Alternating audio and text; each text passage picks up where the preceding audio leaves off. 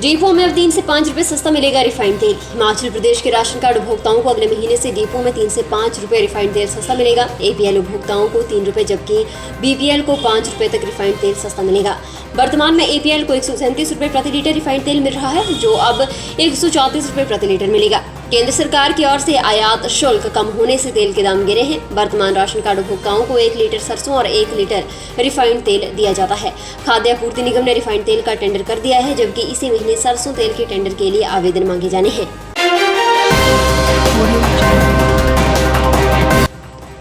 चंबा चप्पल और लाहौली जुराबे एवं दस्तानों की जीआई टैगिंग। हिमाचल प्रदेश सूचना केंद्र ने चंबा चप्पल, लाहौली जुराबे और दस्तानों की भौगोलिक संकेतक अधिनियम 1999 के तहत पंजीकरण करने में सफलता प्राप्त की है।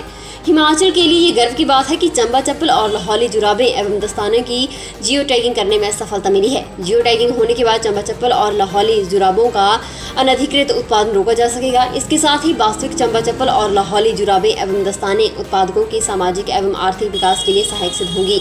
निर्देशित क्षेत्र के बाहर इन उत्पादों का उत्पादन नहीं हो सकेगा। हिमाचल में अब 9 उत्पाद जियो टैगिंग से जुड़ गए हैं। इसमें कुल्लू शॉल, कांगड़ा चाय, चंबा रुमाल, कांगड़ा पेंटिंग, हिमाचली काला जीरा, हिमाचल चूली तेल, चंबा चप्पल, लाहौली जुराबे और दस्ताने आदि शामिल हैं।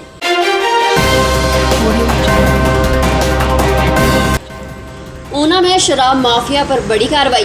हरोली पुलिस ने स्लोह में एक मंदिर के समीप अवैध शराब की 319 पेटियों के साथ साथ 4 वाहनों को जब्त किया है। पुलिस ने मामले में 4 लोगों को गिरफ्तार कर लिया है। पुलिस ने सभी के खिलाफ आबकारी अधिनियम के तहत केस दर्ज करके जांच आरंभ कर दी है। बताया जा रहा है कि कांगड़ा के टेरेस से ये शराब ट्रक में स्लो पहुंची थी, जहां पर ट्रक से 2 पिकअप और एक अन्य वाहन में शराब लोड हो रही थी। ये शराब सोलन पहुंच रही थी, लेकिन ऊना के स्लो में शराब पाए जाने को लेकर पुलिस जांच में जुट गई है।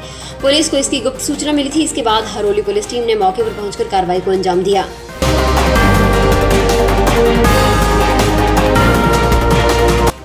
हाईवे पर ईंटों से लदा ट्रक पलटा, 2 लोगों की हुई मौत।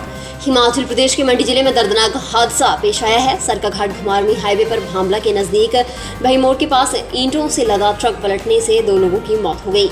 मृतकों की पहचान ट्रक चालक रमेश कुमार पुत्र भाग सिंह गांव सनवाई डागर गेहरा और बबली देवी गांव बही के रूप में हुई है। बबली देवी हादसे के वक्त सड़क किनारे खड़ी थी। ट्रक के नीचे दबने से मौके पर ही उसकी मौत हो गई। इस दौरान काफी देर तक जाम लगा रहा। एसपी मंडी शालिनी अग्निहोत्री ने इस घटना की पुष्टि की है। दंत चिकित्सा की एमडीएस परीक्षा में पांवटा साहिब डेंटल कॉलेज की छात्रा डॉक्टर नंदिनी भारद्वाज ने प्रदेश विश्वविद्यालय में टॉप किया है। नंदिनी ने 600 में से 512 अंक हासिल किए हैं। मूलतः जिला कांगड़ा के नगरोटा बगवा की रहने वाली डॉक्टर नंदिनी ने 8 साल की पढ़ाई पांवटा डेंटल कॉलेज में ही की। अब इसी कॉलेज में उन्होंने अपना करियर भी शुरू किया है। नंदिनी के पिता विनोद भारद्वाज एएमसी के कार्डियोलॉजी विभाग में टेक्नीशियन के पद पर रिटायर होने के बाद दुकान चला रहे हैं। मां ममता भारद्वाज अर्थशास्त्र की प्रवक्ता हैं। भाई शिवम भारद्वाज ने भारतीय सेना में बतौर लेफ्टिनेंट करियर शुरू किया है। नंदिनी ने अपनी सफलता का श्रेय माता पिता के साथ साथ अपने शिक्षकों को भी दिया है। सब्सक्राइब करें हमारे YouTube चैनल को और ताज़ा खबरों की नोटिफिकेशन पाने के लिए प्रेस करें बेल आइकन को। प्राचीन महाकाली मंदिर के दानपात्र और सराय के ताले तोड़कर नकदी उड़ा ली है। यही नहीं, अज्ञात चोरों ने मंदिर की सराय के दरवाजे में लगाए गए 4 ताले तोड़कर भी चोरी का प्रयास किया है। लेकिन अन्य किसी सामान के साथ अज्ञात चोरों ने कोई छेड़छाड़ नहीं की है। उन्होंने सिर्फ माता के दान पात्र को तोड़कर नकदी चोरी करके फरार हो गए। हालांकि ये घटना मंदिर में लगे सीसीटीवी कैमरे में कैद हो गई। घटना का पता मंदिर कमेटी के सदस्यों को सुबह लगा। मंदिर कमेटी के प्रधान करमचंद ने बताया कि पुलिस थाना स्वारघाट में इस संबंध में शिकायत दर्ज करवाई गई है। हिमाचल प्रदेश स्कूल शिक्षा बोर्ड HPBOSE ने नवंबर सत्र परीक्षा के लिए HPTET एडमिट कार्ड 2021 जारी कर दिए हैं। आधिकारिक अपडेट के अनुसार CET, TET, TGT, Shastri, TGT, LT विषयों के लिए एडमिट कार्ड अब आधिकारिक वेबसाइट hpbose.org से डाउनलोड के लिए उपलब्ध है। जिन उम्मीदवारों ने उक्त पाठ्यक्रमों के लिए आवेदन किया है वे HPBOSE की वेबसाइट पर जाकर अपना HPTET 2021 प्रवेश पत्र डाउनलोड कर सकते हैं। योग्य उम्मीदवारों को प्रवेश पत्र ऑनलाइन डाउनलोड करने के लिए विवरण जैसे आवेदन संख्या और जन्म तिथि दर्ज करने की आवश्यकता हो। लाहौल के आलू बीज की मांग देश के कई राज्यों से आने लगी है। इस बार लाहौल में करीब 35,000 क्विंटल आलू बीज का उत्पादन हुआ है, लेकिन लाहौल आलू उत्पादक संघ कुल्हे से आई 10,000 आलू बीज बोरी की डिमांड मनाली में फंस गई है। हालांकि लाहौली आलू उत्पादक संघ के कुछ ट्रक मनाली लेह मार्ग होकर लेह के लिए रवाना भी हो गए थे, मगर पिछले सप्ताह हुई बर्फबारी के बाद जिला प्रशासन ने मनाली लेह मार्ग को आधिकारिक रूप से बंद कर दिया है। ऐसे में आलू बीज से लदे ट्रकों को दारचा से ही वापस मनाली आना पड़ा है। बताया जा रहा है कि अब आलू बीज से भरे ट्रकों को लाहौल आलू उत्पादक संघ जम्मू कश्मीर होकर भेजने की तैयारी कर रहा है, ताकि समय पर आलू लेह पहुंच जाए। देश भर में विख्यात लाहौली आलू बीज की डिमांड भी लगातार बढ़ रही है।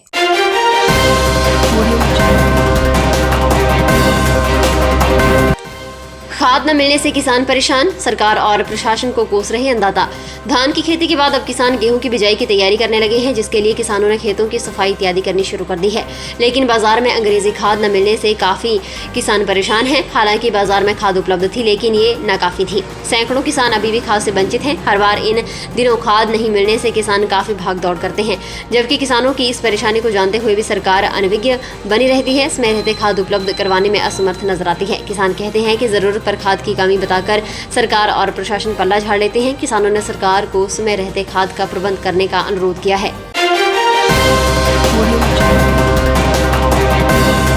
शहरी विकास मंत्री सुरेश भारद्वाज ने शिमला शहर में तेंदुए के आतंक से उत्पन्न स्थिति को लेकर संबंधित अधिकारियों की एक बैठक की अध्यक्षता की। बैठक में विभिन्न पहलुओं पर चर्चा हुई। उन्होंने वन मंडलाधिकारी शिमला की अध्यक्षता में कमेटी का गठन करने के निर्देश दिए, जो उन स्थानों का पता लगाएगी जहां तेंदुओं का खतरा सबसे अधिक है। ऐसे हॉटस्पॉट चिन्हित कर बचाव के जरूरी कदम उठाए जाएंगे। सुरेश भारद्वाज ने कहा कि हॉटस्पॉट को चिन्हित करने के लिए इस कमेटी में जिला प्रशासन और नगर निगम शिमला के भी अधिकारी शामिल होंगे। उन्होंने इस संबंध में वन विभाग को भी सभी जरूरी कदम उठाने के निर्देश दिए हैं। उन्होंने कहा कि हॉटस्पॉट को चिन्हित कर वहां कैमरा और पिंजरे जल्द लगाए जाएंगे। इसके साथ ही उन्होंने सूचना के लिए एक फोन नंबर जारी करने के भी निर्देश दिए, जिस पर संबंधित जानकारी दी जा सके और यदि जनता की तरफ से कोई फीडबैक हो तो इस नंबर पर दी जा सके। उन्होंने वन एवं पुलिस विभाग को खोजी अभियान जारी रखने को भी कहा है।